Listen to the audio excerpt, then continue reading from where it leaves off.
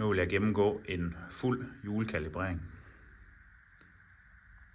Trykker på huset og på tandhjulet og på hjulstyringen. Så sætter man hjulstyringen i friløb på det nederste. Så aktiverer man yderpunktskalibreringen. Når knappen den er gul hernede, så styrer man på de her knapper bagakslen ud til den ene side,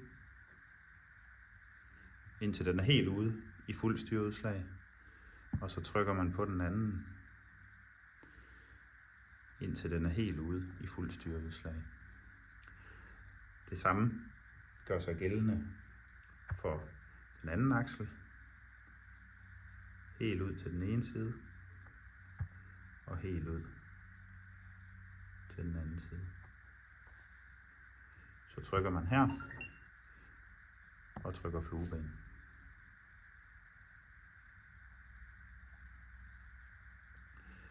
Så aktiverer man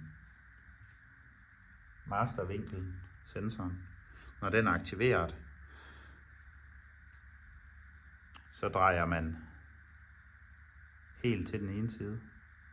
Så man lige mangler lidt i at have baghjulet ind og røre ved trianglen.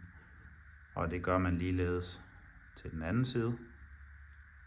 Når man har gjort det, trykker man her og gemmer sin kalibrering. Så har vi lavet både ydervinkler på hjuleakslerne og triangelkalibreringen. Så mangler man bare lige ud kalibreringen, og det gør man ved at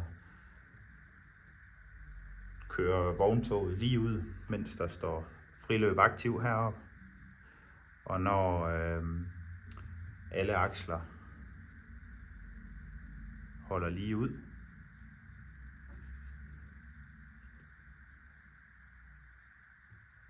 så trykker man på lige ud kalibreringen og trykker flueben.